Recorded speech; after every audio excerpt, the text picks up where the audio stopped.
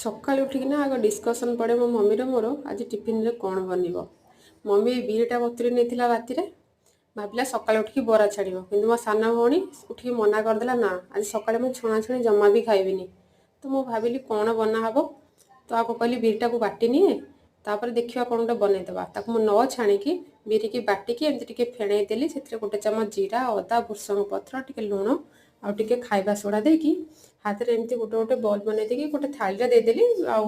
मझे गोटे गोटे कणा करके स्टीम करदेली आउ टे जल्दी हाँपाई मुझे इडली छांचरे भी दे देती। तो मम्मी इडली छांचटा काढ़नेला ये मुझे देखिली एटा इडली भी नुहे कारण चाउल मिसिनी कि सुजी मिसिनी